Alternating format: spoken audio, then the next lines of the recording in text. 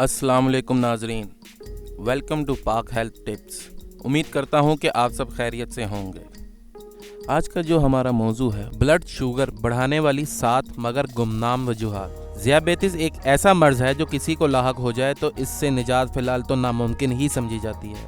इसके शिकार अफराद मखसूस ग़िज़ाओं या आदात के नतीजे में इसे कंट्रोल में रख सकते हैं। ताहम अगर ज़ियाबेतिस के शिकार हैं और अपने ब्लड शुगर लेवल को रोज़मर्रा की बुनियाद पर चेक करते हैं या इसे सेहतमंद सतह पर रखने के लिए फ़िक्रमंद रहते हैं, तो ये ज़रूरी है कि इनकी गैर मुतवक्का अनासिर से आगाह हो जो आपके मामूल के ब्लड शुगर लेवल को बढ़ाने का बायस बन सकते हैं।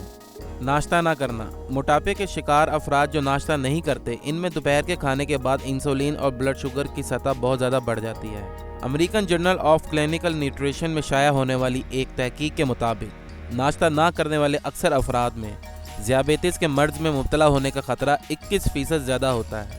तहकीक में बताया गया है कि सुबह की पहली ग़िज़ा ख़ास तौर पर प्रोटीन और सेहतमंद चर्बी से भरपूर खुराक ब्लड शुगर की सतह को पूरे दिन मुस्तहकम रखने में मदद फराहम करती है।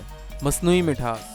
अगर तो आप ज़ियाबेतिस का शिकार होने के बाद आम चीनी को छोड़कर मसनूई मिठास को तरजीह देते हैं, तो एक इसराइली तहकीक में बताया गया है कि मसनूई मिठास के सेहत पर मनफी असरात मुरतब होते हैं।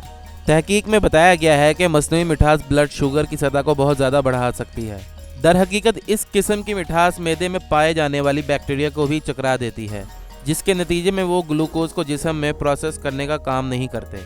मुतहक्किकीन का कहना था ज़ियाबेतिस के डर से जो लोग आम कोल्ड ड्रिंक छोड़कर डाइट मशरूबात को तरजीह देते हैं, इन्हें इससे भी गुरेज करना चाहिए। बहुत ज़्यादा चर्बी वाली ग़िज़ा। ज़ियाबेतिस के शिकार अफराद को अपनी ग़िज़ा में चर्बी के इस्तेमाल से काफ़ी हद तक गुरेज करना चाहिए। जर्नल ऑफ न्यूट्रिशन में 2011 में शाया होने वाली एक तहकीक के मुताबिक चर्बी से भरपूर ग़िज़ा के इस्तेमाल के नतीजे में ब्लड शुगर की सतह में 32% तक इजाफा हो सकता है। तहकीक के मुताबिक चर्बी से भरपूर अशिया जिस्म में दौड़ने वाले खून पर असरअंदाज होती हैं, जिससे इसकी खून से शुगर साफ करने की सलाहियत मुतासर होती है। कॉफ़ी का इस्तेमाल।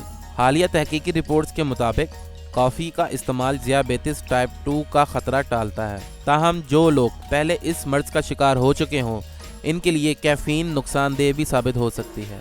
अमेरिका के नेशनल इंस्टीट्यूट ऑफ ज़ियाबेतिस के मुताबिक ऐसा नहीं कि कॉफ़ी का इस्तेमाल ना करें, मगर इसके इस्तेमाल में काफ़ी एहतियात की ज़रूरत होती है, क्योंकि दूध और चीनी के बगैर स्याह कॉफ़ी का इस्तेमाल ब्लड शुगर का लेवल बढ़ा सकता है। इन्फेक्शन। अब ये फ्लू हो या किसी और किस्म का इन्फेक्शन, ऐसे हालात में जिस्म का दिफाई निज़ाम एक खसूसी जरासीम से लड़ने वाला केमिकल खारिज करता है, जो आपके ब्लड शुगर लेवल को कंट्रोल से बाहर भी कर सकता है। दर हकीकत बीमारी तनाव की ऐसी किस्म है जो जिस्मानी दिफा को बढ़ा देता है, मगर इसका एक असर ये होता है कि जिस्मानी तवानाई बढ़ाने के लिए जिस्म ज़्यादा ग्लूकोज बनाने लगता है, जिसके नतीजे में इंसुलिन की राह में रुकावट पैदा होने लगती है। यानी जिस्मानी ब्लड शुगर की सतह में बीमारी की सूरत में ड्रामाई इजाफा होता है। लिहाजा ऐसे हालात में ज़ियाबेतिस के शिकार अफराद को खाने और पीने की खसूसी रहनुमाई की ज़रूरत होती है।